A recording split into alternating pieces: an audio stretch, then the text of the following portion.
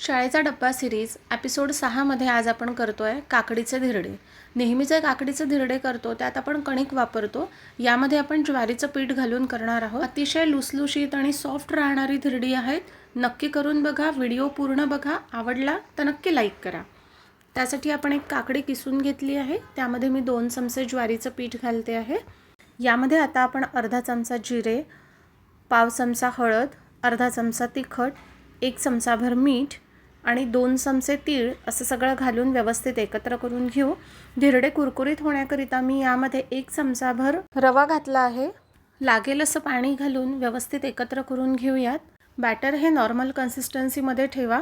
धिरड्यांना गरजेपुरतं तेल वापरून 2 ते 3 मिनिटाकरिता झाकण ठेवून मस्त दोन्हीकडनं खमंग खुसखुशीत करून घ्या। अशा सोप्या, झटपट आणि हेल्दी रेसिपीजसाठी चॅनलला सबस्क्राईब आणि व्हिडिओला लाईक नक्की करा।